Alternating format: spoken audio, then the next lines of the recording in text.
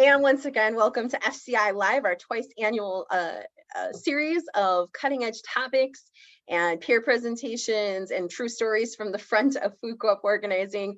This is Letting the Site Go with Kathy Nash from Prairie Foods, Kate Zenning from Rooted Carrot, and Siobain Mitchell from Assabet.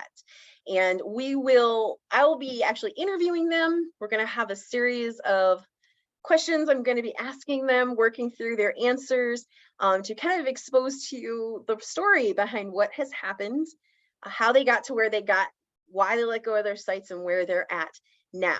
I'm really glad some folks came out and did this session. We always have some resistance to people coming out and hearing true stories of how hard it can be, because folks are like, well, that won't be us. And the reality is that it can be, and sometimes letting the site go is the absolute best thing actually that could happen to a food co-op. And we've seen that happen historically to several now successful food co-ops, that letting go of the site was the hardest and very best thing that could have happened. And these are cases where the decision to let go of the site was a very difficult, of course, and an excellent decision.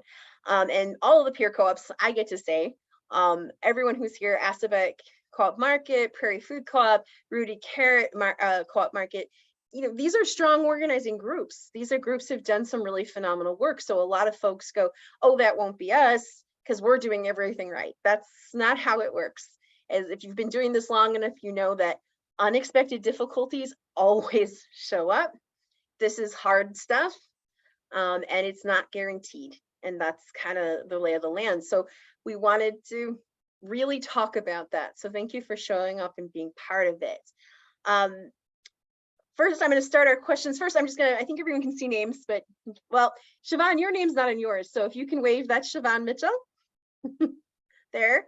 Okay, and that's Kathy Nash with Prairie, and right there. And that's Kate over there with the glasses with Rooted Carrot. I'm going to go around and ask each of them the question, and we're going to hear from each co-op. We're going to keep doing that. If you have questions that come up while I'm asking these questions and they're answering about something specific they said, please do throw it in the chat.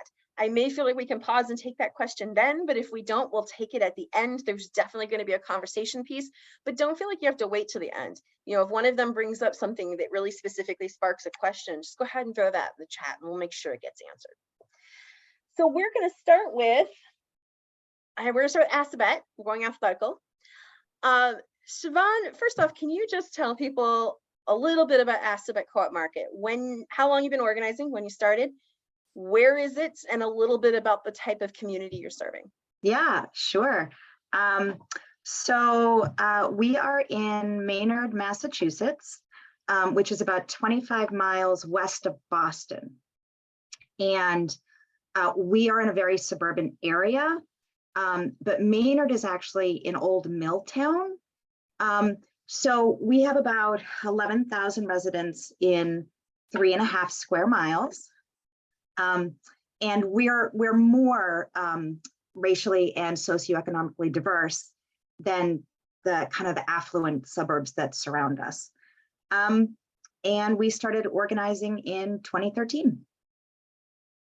Okay, so opening on the 10th anniversary year. Okay, great. Thank you, Siobain. All right, we'll go to, it's Prairie, right? Yeah, it's Prairie next. We'll go to Kathy. Can you answer the same questions about your co-op? Sure. Hi, everybody. We also started organizing 10 years ago, 2013-ish, and we are located in Lombard, Illinois, which is a suburb of Chicago, almost about 15 miles straight west of Chicago. Lombard itself is about 40,000 residents. We're not affluent, we're more working class, though that's changing, although we are surrounded on both the east and the west sides by very, very affluent suburbs. In fact, the county we're in, DuPage County, is the second most affluent county in all of Illinois. So we have, did I answer everything already? Did you answer when you started organizing? 2013, so 10 years. I'm hoping we can open close to our 10-year anniversary, but we'll see. Excellent. Thanks, Kathy. And I forgot to mention, Siobain was the board chair, longtime board chair of Assabet Co-op Market, and has Congratulations, has graduated out of that role. It's finally been able to hand that off, still on the board. Kathy Nash is the board chair and one of the co-founders of her co-op, who has not been able to hand off that role quite yet. And so, Kate, I'm going to ask you to throw that in to introduce yourself, your role on your co-op, and then tell us a bit about your co-op. I'm Kate Dunning, and I serve as co-chair of our site team, but I also have served on the board for, I think, 4 years now. We incorporated in 2014, but the first meeting was held, I think, in 2012. We have about 1,200 members right now, and we're in a town that is in eastern Iowa. We're unlike the other two, we're not close to any major city, but Iowa has about 10 or 12 big-ish cities, and we would be one of those. So our population is right around 100,000 or so when we combine our town with the sister city right next door. Our town, Cedar Falls, is a college town, so we house one of the 3 universities in the state of Iowa. We have a truly vibrant downtown, one that has received a ton of accolades.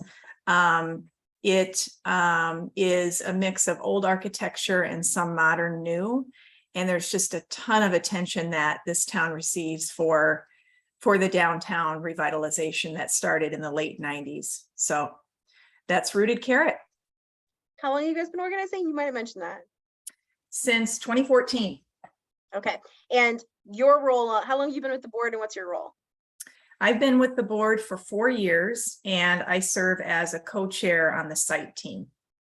Excellent. And you're on the board of directors. Yep. Okay, great. Excellent. So kind of similar communities that have all been through this as of recent, and all have been organizing, I will say, during things started getting more dicey for startup food co-op organizing about 5 years ago. And so as these co-ops were kind of coming to maturity and ready to move forward, we started seeing change upon change upon change. And if you guys are with a startup food co-op, you know we've seen a lot of change and new challenges kind of one after the other in the last 5 years. So, but first we're going to start with, I'm going to ask you guys to take your minds back, our panelists, to when you were excited about the site that we're going to say you let go of eventually.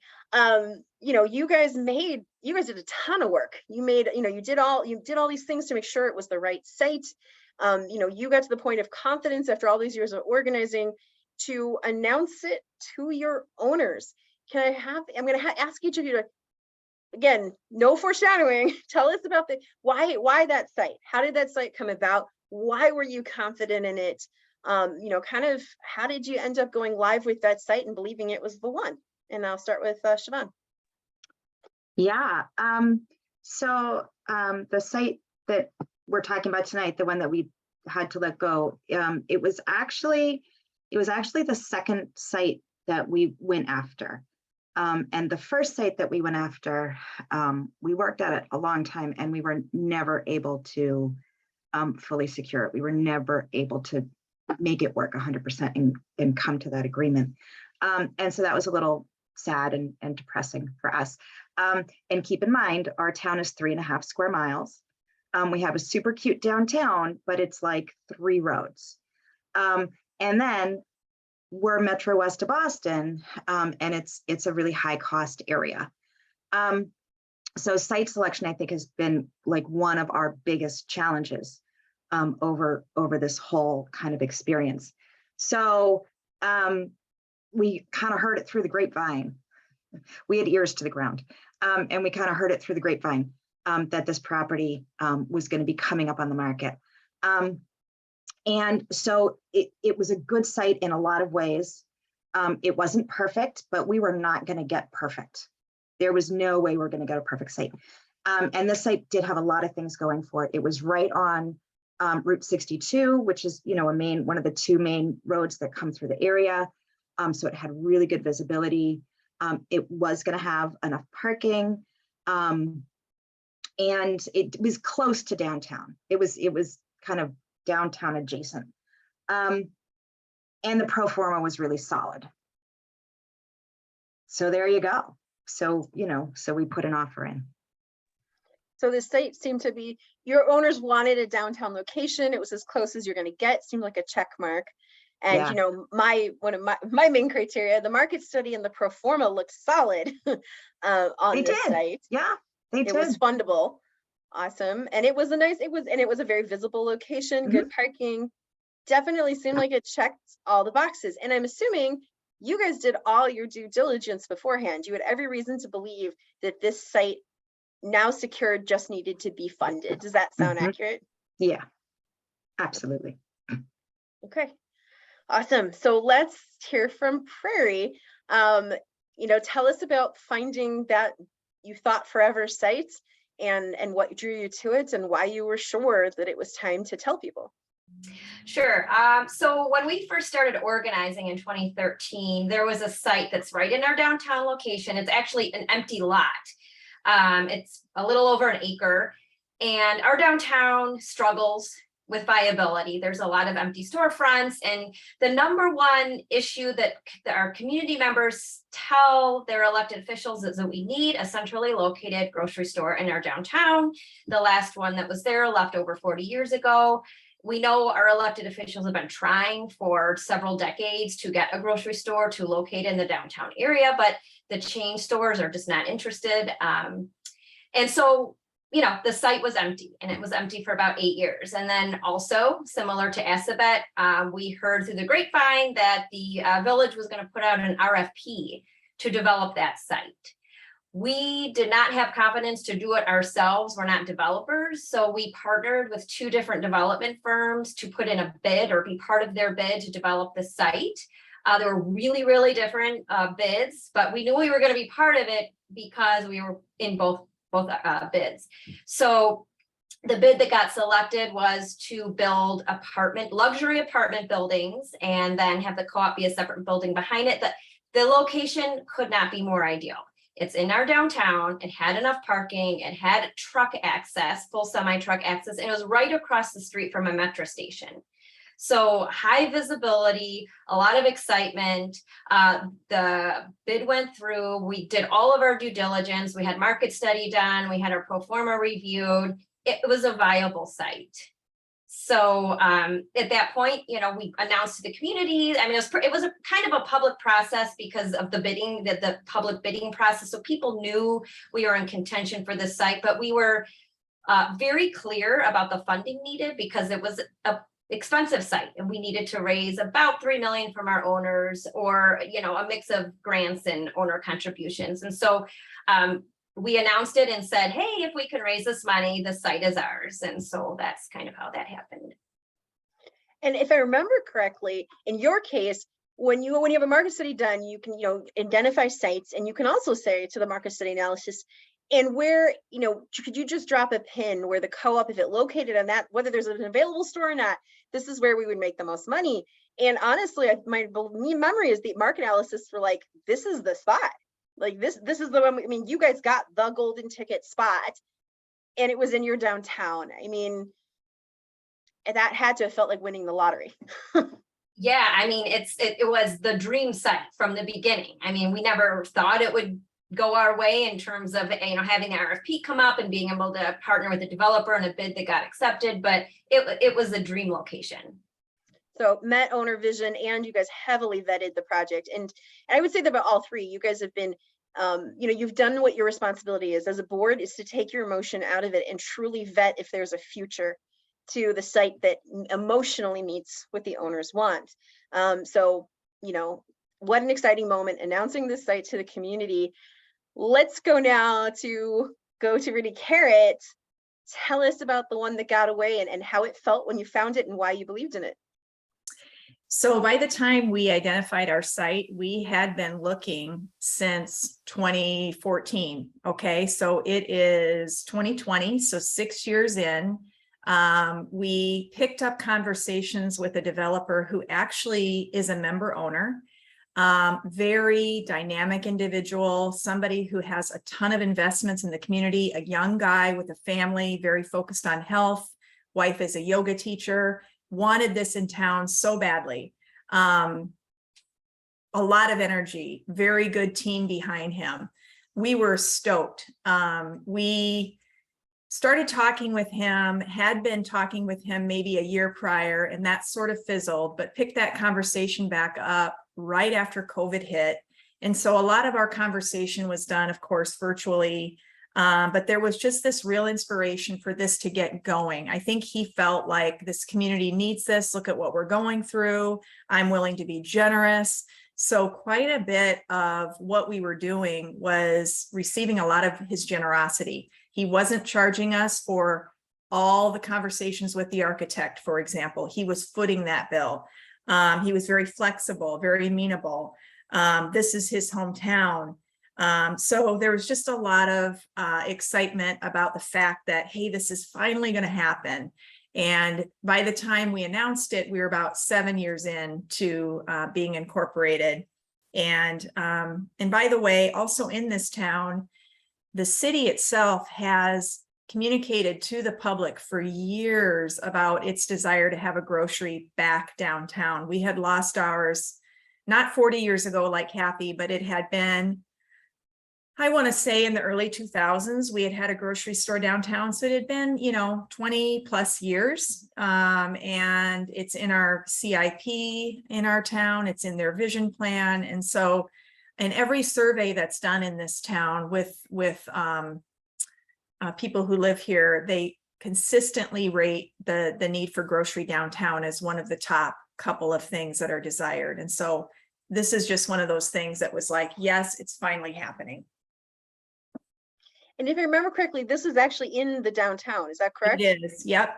So it actually was all the things like Siobain was talking about, visible because it was right on Main Street. It was on 7th and Main Street, which is basically an anchor to the beginning of Main Street. So if you're driving, I mean, it couldn't have been more perfect. So visible. It was accessible, it was convenient, the pro forma checked out, the market study was great. We did know that we could not buy, and so we were always interested in leasing.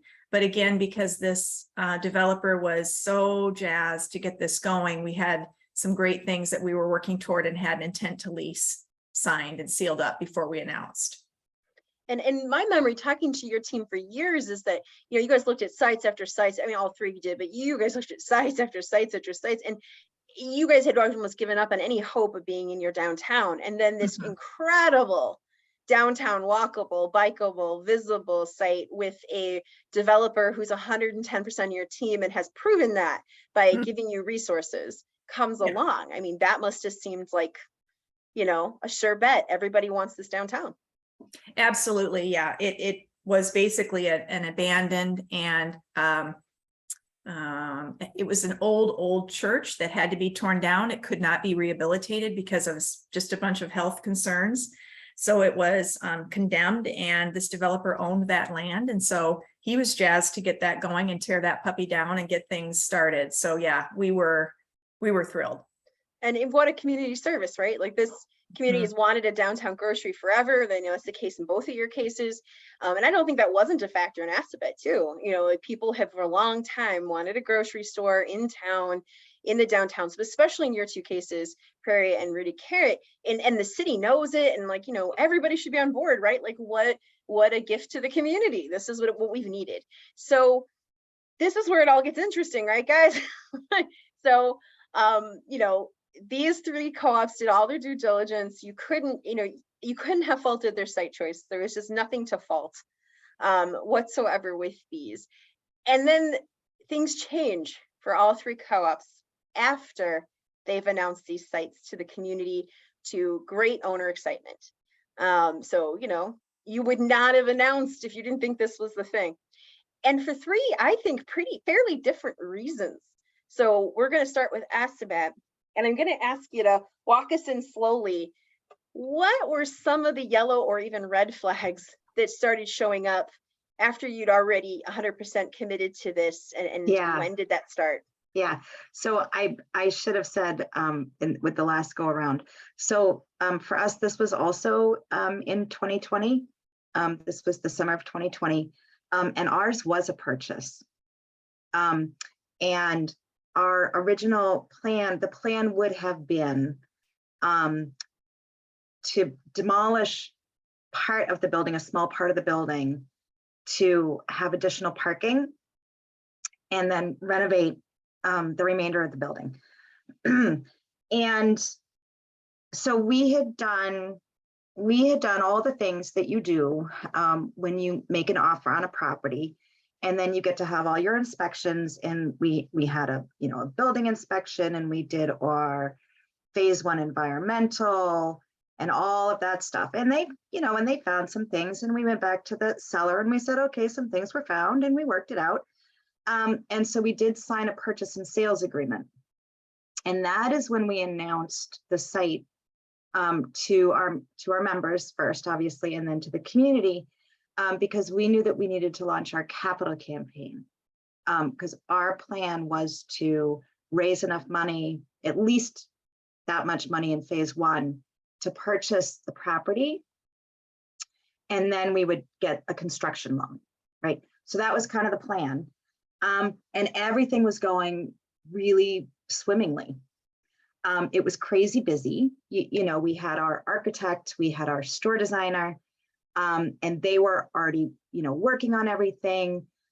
We were well into phase 1 of our capital campaign. We were talking to contractors already, and we had just hired our general manager. They hadn't started yet, but we had just hired them.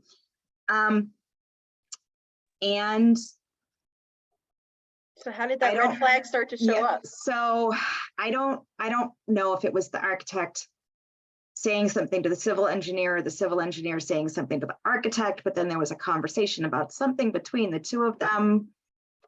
And, they're like, yeah, we think you need to get this other kind of person in and look at this. And so we brought that other kind of person in, and they looked at it and they said, no, you don't need my kind of person. You need this kind of a person to look at it. And 3 people later, we ended up with the right kind of engineer. And long story short, we would not have been able to renovate the existing building. We literally would have had to tear it down, do site work, and then build new construction. And that's that. I mean, that's 3 times the budget. I mean, 3 times as much money. There was just no way. And you guys had done, though, all the basic, and you'd had an engineering, you had an environmental study. We followed the checklist. And so it really wasn't something that was discoverable until you kind of got into it. Although I do want to point to what it was specifically, because I've seen this in 1 or 2 other city situations where you are near a river or on a a floodplain, and that engineers all sign off and everything, and then the engineers and architects start talking, and they're like, oh, so specifically in your case, your site was on the river, right? It was, yep. And there was going to need to be so much environmental remediation to stabilize the site. Yeah, so it was, yes, we had a geotechnical engineer come, and the soil was too loose. Mm-hmm. And the renovations that we had planned for the building would have made the building heavier. And so for us to have that building on that site, we would have had to dig out all of the soil, bring in all new soil, get it compacted down, and then we would have been good to go for new construction. But there was no way. And there was no negligence in the due diligence. So I just want to keep pointing this out. Like, these things, that was really unexpected. I have to say, one of the most careful, detail-oriented organizers I've ever met is Assabet. If anyone's going to double and triple and quadruple check it, it's going to be Assabet. So this was just, and we've seen this before. So I'm going to leave our story there with Assabet. Yes. So they've hired the gym. The gym isn't on site yet. They have raised a bunch of money. The $1.5 million, yes. For this site. Yes. For this site. And then they get this news, and they didn't see this news coming. Basically, their building team started whispering with each other and went, ugh. And then this emerged. Okay. So let's go to Prairie. So you have the dream downtown site that everyone has wanted a grocery store on forever. You have a developer. What the heck? What were the yellow and red flags that started showing up? We had a couple. So the first thing was that, even though we were in this bid with the developer, we still had to sign the lease. We had an LOI. But once we started lease negotiations, the developer was suddenly not so interested in having the co-op be part of their development. Now, this was pre-COVID. And so they were giving us a really great deal on rent, especially for the downtown location and for a new building. And it got to a point where an attorney quit because he said, there's no way you're ever going to get this deal done. The developer is not interested. We talked to the village and said, hey, they told the community and the people who voted on this that they were going to have the co-op as part of this. And now it feels like they're pushing us out. The village had the opportunity to do something about it before the final sale to the developer of the property went through. They declined. So we didn't have any leverage. And so about 2 weeks before COVID hit, the board had penned a letter to the developer saying, we cannot make this work. We're going to basically drop out and look at other opportunities. COVID hit, and suddenly all of these smaller businesses started shutting down, and the prospect of renting out 10,000 square feet didn't seem so palatable to the developer anymore. So total 180, came back and agreed to everything that they had previously said we're not going to do. We got everything we wanted. Everything was great. We got our lease. We signed the lease. We got everything. They had to change the building configuration because they had not configured it for full semi-truck access. That was a big sticking point. They actually changed all of it at expense to them. So we felt pretty good about that, but we did need to raise a lot of money. And we knew that from the start, but our thought was, we're in a relatively affluent community. Lombard's not, but we're surrounded by a lot of affluence. And we just thought, this is something that the community has historically said they want, like that they want a downtown grocery. It's the village's #1 priority to get a grocery store in our downtown to revitalize it. So we thought we should do this. We'll just be very transparent about the funding that's needed. And so we launched our first capital campaign. We needed about $3 million from some sources. We applied for many grants. We applied for significant TIF funding. We were able to raise about $1.3 million in a mix of preferred shares and loans and donations from our ownership, the community. It wasn't as much as we would have liked, although we had a large number of people contribute. The contribution average was lower, which was very surprising for our community because of the affluence. And so I think that's a whole nother seminar that we could talk about. The types of people who contribute to these projects might surprise you. At least it did us a little bit, but so we were a little bit short of our funding. We went back to the village after we ran our first capital campaign and said, we're short. Can we get $800,000 in TIF? Because there's funds in the TIF, and the TIF's running out. So you're either going to spend it or you're going to lose it. And why not spend it on a grocery store, which the community is excited about? You've said is your #1 goal. You've tried for 30 years to bring it to downtown, and you have not been able to do that. Here we are. We're ready to go. We've been vetted, all of these things. And so the village wanted to split. They did not want to give us $800,000, which is what we needed from them. So they asked the county to give us $400,000 in ARPA funding, and then they would consider $400,000 in TIF. Don't know if you want me to talk about that process or what happened at this point, but we spent about a year convincing the village that #1, it was legal to give us TIF funds, because they tried to turn us down out of hand. But we had a developer who was very, very knowledgeable about TIF funding who said, wait a minute, that is not correct. You could definitely provide TIF funding for this. We kind of forced their hand. They had to go back, and their attorney said, yeah, you can get them TIF funding, which I think that they were hoping their attorney would not say that. And the county eventually ended up telling us that their interpretation of ARPA funding was that they could not fund us. They used a very narrow interpretation of how ARPA funding could be allocated to turn us down. And when they turned us down, the village turned us down and told us that they were gonna use the remaining TIF fund to renovate sidewalks in downtown. And at that meeting, we were very clear. We said, just so we're clear, you turning down the funding means that you're not going to have a grocery store downtown. And they said, yes, we know that, and that's fine. So I want to put in a couple instructive things on this one. I mean, Assabet was like, we did all our due diligence. There's a hidden problem literally in the land beneath our feet. There are two things in prairies.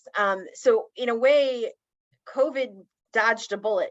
This is not unusual. People are like, we have this partner's awesome, and we have an LOI. Your LOI means nothing until you have a lease. And once they know you need them, their personality can change overnight. And we've seen this numerous times. No matter how much it seems like that partner is just so in there with you, there's a really good chance that you're serving a specific function for them. And if for any reason they don't need you for that function anymore, they will change. So we first saw that, but COVID came and saved the day once, and said, they were like, oh, wow, maybe it does make sense to stick with someone who already has a plan and knows how they're going to get the money and wants to do this. So that got dodged. But then when there was a funding gap, and we're not seeing startup food co-ops open without significant grant money that does not have to be repaid, and that's been known for a while. It's almost a thing of the past.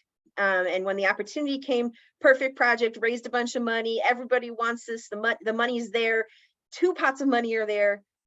For some reason at the last second, these city and county partners pull out. They make a different political decision.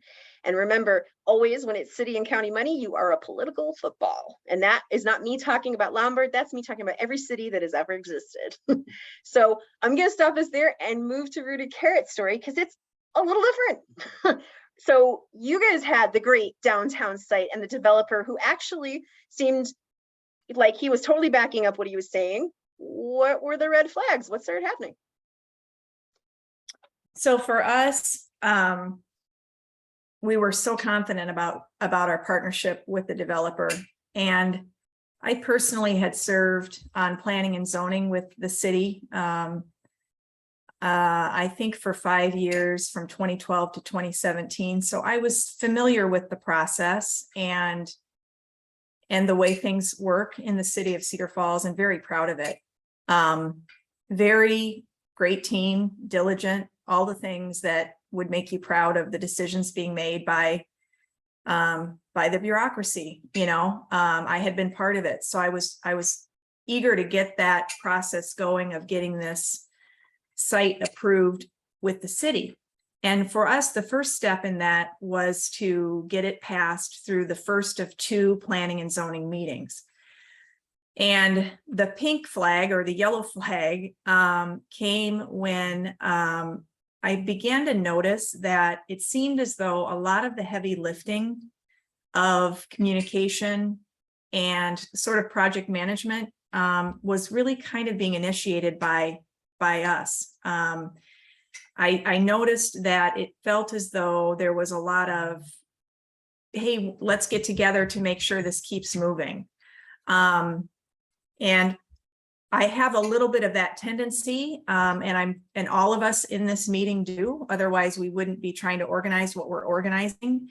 So there's a part of me that was always tempering, well, Kate, that's just, you know, you need to realize people aren't ready to make things happen as quickly as you. So that's more about you than it is about them. So keep going. And so as a site team, we looked at everything. We had everything prepared. We, in fact, Jacqueline wrote a beautiful letter for us for that first planning and zoning meeting, really explaining the importance of parking, because for our site, we really wanted to advocate for ourselves, because our downtown is so dense. There's so much going on that if folks think there's not enough parking, they just keep on going. And that's true of any co-op. But for our town and people that live here, it is like that times 10. So we came in strong, swinging hard on that issue. And so the second pink flag came when we noticed that after that meeting, we got contacted by the city indicating that, you know, really we're going to have to kind of put a pause on moving this to the second meeting, because we would really like to see the developer actually think about a different version of parking, something else. And if he would be willing to do that, we'll come back to the table. And that conversation happened in different forms about 3 different times over the course of the next probably 9 months, where something would be presented that had been requested, and then there would be something else that would be requested different from the first or second request. And again, because it felt as though we were doing some of the, you know, more heavy lifting with keeping things moving, you know, and because we're not the developer, we were sort of at the mercy of these teams to come together and have this happen. Remember that I said that we were also not footing the bill for any of the architect's work, any of the generous offerings of the developer. So we were doubly at the mercy of having this kind of rolling. So for us, what another pink flag was that we noticed right around the same time as the city had called and said, let's put a pause on this going to the second meeting, was we noticed that there were some of our members who were not willing to donate because of who the developer was. And again, because I had been a part of planning and zoning in years past, I had seen his projects come through, and in my most objective mind, as a businesswoman myself, I understood that quite a bit of that was just plain old small town hearsay, not anything that was worth giving any attention to. However, it was affecting our capital campaign.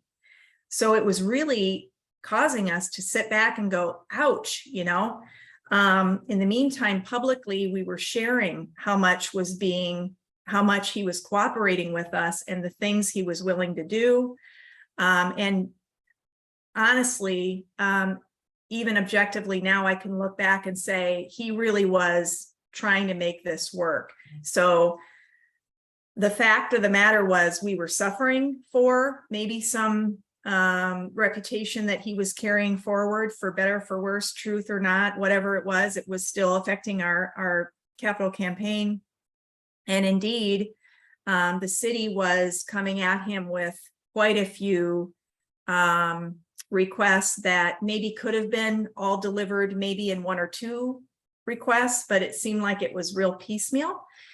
And we finally had a meeting that I had called where everyone sat around the table to talk about sort of the elephant in the room, and what really was it that we weren't demonstrating to the city to keep this moving forward. And as it turned out, what was brought up was that there was another issue, irrespective of rooted carrot, that had not been attended to by the developer, that the city was very, very frustrated about. And so that got put on the table and was responded to in that meeting by the developer, who was very calm, cool, and collected, and said that's a wholly separate matter and really has nothing to do with what we're talking about right now. In the end, though, the pink flag that really became the red glaring flashing light flag, that was the straw, was the city of Cedar Falls was changing its downtown building code and had announced that they would be changing that, I would say maybe about 9 months before it actually changed or so. We were clued into that at that very meeting that I mentioned, where we were all sitting around the table, and this was summertime. And so I had not been reading all the latest and greatest city news, because I had actually moved to that sister city. Mm-hmm. And so I was more paying attention to that city politics and goings on. But that was announced to us in that meeting that code was going to change, which what that meant for our co-op was the developer was going to have to get underground parking developed at this site to the tune of about $1 million. Or he was going to have to meet that new code after the code came out. That new code was not going to be tenable because what it required was basically an L-shaped grocery store, which we all know it does not work for like theft and all kinds of things going on inside of a grocery store. It was also going to require that parking was sort of hidden inside of that. So you're driving by, you can't see the parking from. And so there were a number of things there that for us as a co-op weren't going to work, but for the developer, it certainly wasn't going to work because it way drove up his own cost for the project. So he was already kind of almost doing this at cost. And at this point, it just kind of became, whoa. Yeah. But in fact, he did go back, drew underground parking, tried to get this done before that new code changed. And conversations were had about, hey, how quickly, let's get this going. And again, it sort of fell through because of a lack of questions being answered about deadlines. And so the code was changed 2 days or 1 day after he finally submitted that site plan, and the city would not even review that plan because while it was in before the code had changed, they were indicating there had to be a building permit before they would review it. And as you guys know, that can't happen at that point.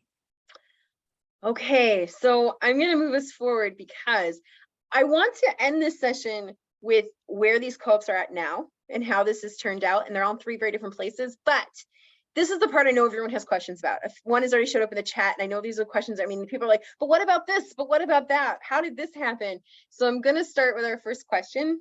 And I think it's kind of aimed at Kathy, but you're all welcome to kind of pitch in, which is, county and village, Prairie Food Co-op, how much outrage was there from your owners when the county, village, city, whatever, wouldn't fund, I think that's something we all think is like, well, we're this far down the road and the cities, if people feel the city's practically promised them this, the owners will call on the owners. How did that actually play out? We debated for a long time about how to message the fact that we were turned down, and it turned down in kind of a crappy way. But we still want to open, and we still want to open in Lombard. So we had to take that into consideration about how we messaged about how we were treated by the village and the county. And so it was a really delicate matter. I think that if we wanted to, we could have rallied our owners to really make us think about it. But in the long run, we need to have a good relationship with the village if we're going to open in Lombard. So we were honest. We kind of just very without emotion, kind of just said what happened. We said what our ask was. We told them why, the reason we were given for being turned down is that they don't have a policy for upfront TIF funding. And we just kind of laid it out very clearly. And then just said, because we don't have this funding, we've lost our lease, which we were very clear about from the beginning. I will give our communications team a lot of credit because from the beginning, it was very clear in every single communication, or it was stated anyway, we don't know what owners absorb sometimes, but that we needed to raise the money or we were going to lose the lease. And so it didn't seem like anyone was surprised that we lost the lease, and we were really worried about people, wanting their contributions back because we didn't have another site to offer. What are we doing? We actually didn't have a single person, we were shocked, ask for their contribution back. And we actually had quite a few owners email us and thank us for the transparency and for working so hard. And then a lot of emails saying, what about this site? What about that site? So, it's a hard line to walk because again, I think we could have had a lot of owners speak up, but it wouldn't have changed the situation. The village was not going to change their mind. That's a good point. I think that this is a line Prairie walked really well, and it's a hard one. It's like, is it worth? There's a political cost to calling upon your owners to put pressure, and if there's a chance that will change a major decision you need changed, it's something to consider. In this case, it was pretty clear from the historical behavior that nothing was going to change. All they were going to do was make an enemy. There was another co-op that is no longer around was Wild Root in Racine, Wisconsin. They had raised all their money. People were thrilled about the site. They needed, there was funding, there was a funding gap created for a different reason. A lender pulled back. They needed this money from the city, and they had already called upon owners and done a great campaign, going to city council meetings for weeks to get a zoning change. And then the city very, very much didn't, I'm saying this, my words, they very much declined the idea of putting forward money to help the co-op when they had it and could have after that zoning change push. So the zoning change push was really successful, but was it a factor in the city feeling a little bullied by the co-op, when they came back around for cash? I'll never be able to say, but it was another situation where it kind of didn't make any sense. The whole town wanted this co-op. It was great. It was an area that needed it. They had funding set aside for that area of town. There was no other projects asking for it. It was just, and then they didn't fund. And because of that decision, I mean, there were other factors, but that was the straw. So that actually that co-op did not go forward. That co-op has failed before they opened. After raising all the money. So other questions about what happened? How did people recognize these flags? Any other questions along those lines? Because I've got more I want these guys to share, but I want to leave room for those questions if anybody has any. Something I want to point out in Kate's story is notice, I think the public opinion issue can be very real. I think it can be gotten over. And this is me, this is not Kate's. I think the thing that became the cascading problem was things that should have been minor little changes needed in the code to do this thing that the whole city wanted and everyone was so excited about started being blockages, one after another after another. And I'm saying this, not Kate. She's not gonna tell me she agrees or disagrees. I'm speaking. They were things that cities can bend if they want to, that have and so there was kind of a cascading effect. But in many of these stories, one is, a hidden thing that, how would you have known to do due diligence about that? So from now on, if you're on a water table, but in this case, both there were relationships that were trusted or believed in, that they had every reason to be invested in the project, that they did not stay invested in the project for reasons that people may not ever know. Actually, there's a lot of things that you never find out. So if anything gets walked away with, it's, if you're going to, trust is built through signed paperwork and agreements, not how people seem to act towards you or what even seems like a logical decision. I think we've all watched wildly illogical decisions made by cities, municipalities, counties that to this day, you're like, I still understand what happened there. And there's politics that we don't know about. So I want to close on a positive note, or not, it's a mixed note. I think we're going to reverse the order this time and say, where are you guys at now? How did owners respond? How did owners react to your announcement, and where are you at now? And so we'll start with Kate. All right. So owners were disappointed. And like Kathy said, it's just such a fine line. You spend a lot of time figuring out how to do that well and right. And we sought counsel on that too. I think that owners understood when we told the story. It didn't feel fresh to them. It felt like they got it. We didn't have a lot of blowback. And so the other thing that I think was in our favor was we were very transparent throughout that process about things that were being requested and the fact that we were doing them, and here's the date. And we didn't deliver that with any kind of a tone of frustration, just very fact-based. And so we had laid that foundation to that point. So when we had to deliver that news, I think it was understood. Where we are now, though, we're so pumped. And so where we are now is that we are in conversation with somebody else who there are aspects to this site that are actually even better than the original site. And I'm sure that that's a theme that we'll hear, but it truly is a fact that I almost, if it weren't for the members feeling, kind of like, really, did we really have to lose that site? If it weren't for that, and of course, for all of our volunteer time, it is almost sometimes better to go through that experience, because the ability to really look at that second or even third site, which is actually where we're at. We didn't sign paperwork for a second site, but we got serious about a second site that we walked away from with the knowledge that we had built up.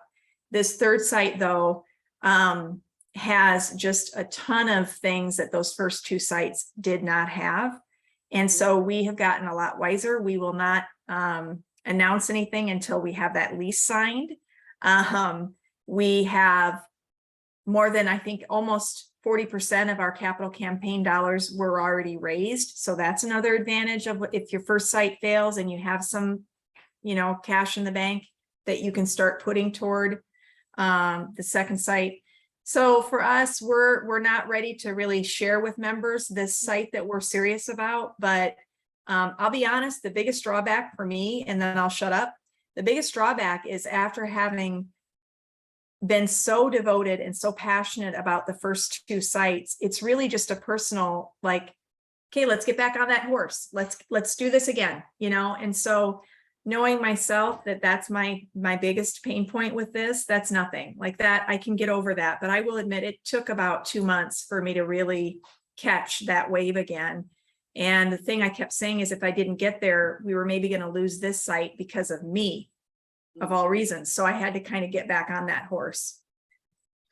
I think you're right. There's going to be a theme to this. But I want to point out, notice what Kate said, owners got it because they were transparent throughout the process and took them with. That's going to be another theme. Kathy, I know we're running low on time, so I want to make sure I get to each of you. Where are you guys at? What happened after all that? Yeah, I kind of alluded to it. We had also been really transparent about, the fact that we needed to raise this money by this point, and if we did not, we would lose the site. So I don't think anyone was surprised. We didn't get they're disappointed for sure. There's no downtown grocery store, and there probably never will be at this point. So, but what's interesting is that we had Firebrand come and do a store design feasibility study for that site, and there were some pretty big concerns with the parking and the ingress and egress that there was no workaround for, and the village really wasn't interested in working with the ingress egress issues. And as it's being built, as the apartment, we are so glad we did not get that site.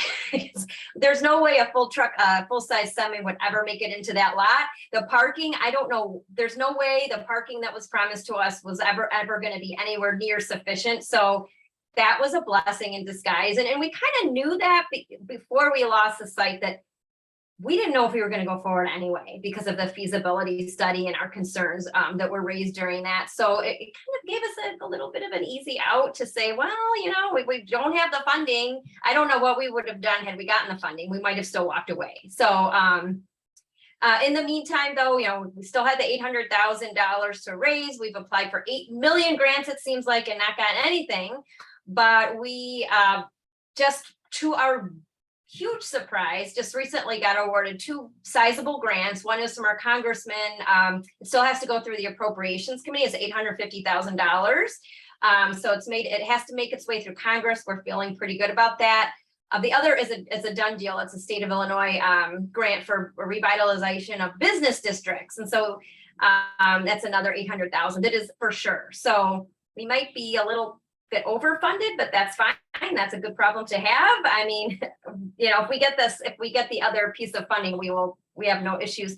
And we are looking at a really awesome site. Again, similar to what Kate was saying, that it is better in a lot of ways. It's got tons of parking, no issues there. It's got really good complementary businesses. We can do more of an outdoor seating area. We could do events there. So there's a lot more opportunities for community building. It's not downtown. So, and it isn't a little bit of a dilapidated, being revitalized area. So we have to kind of manage expectations when we announce it. We don't have a lease signed yet. We're very close, but we're working right now to manage expectations about the announcement of the site. So.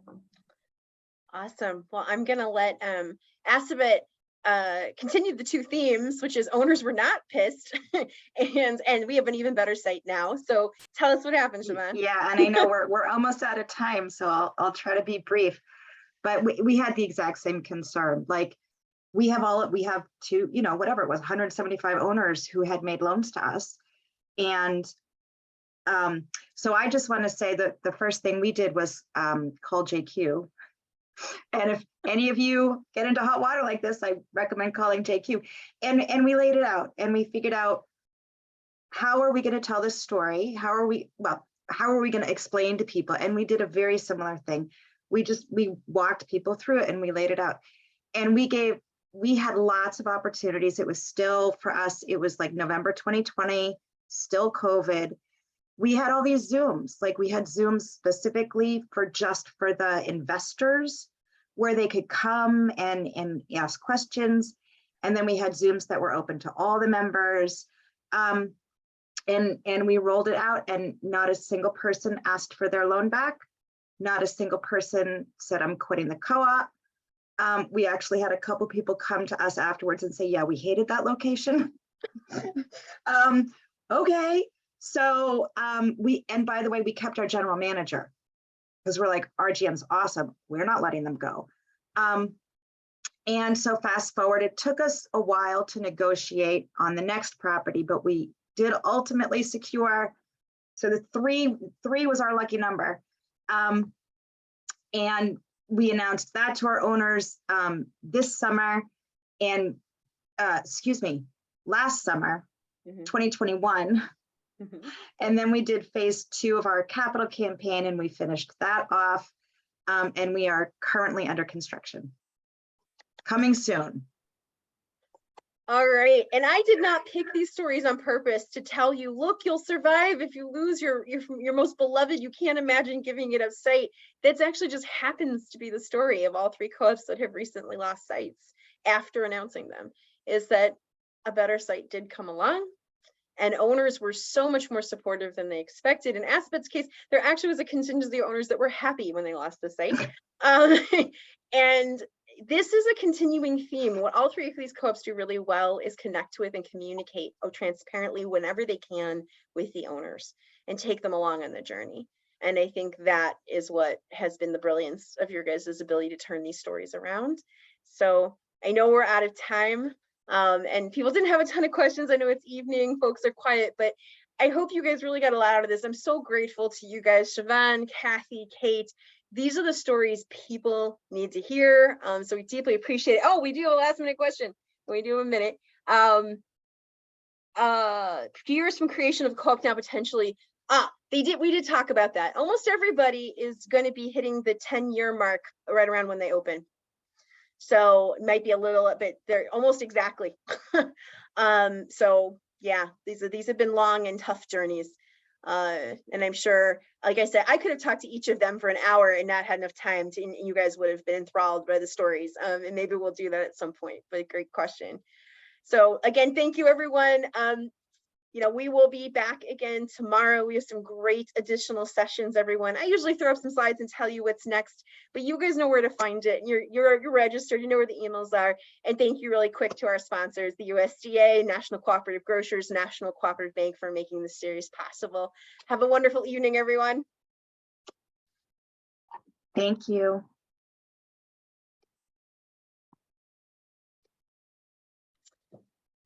You guys rock.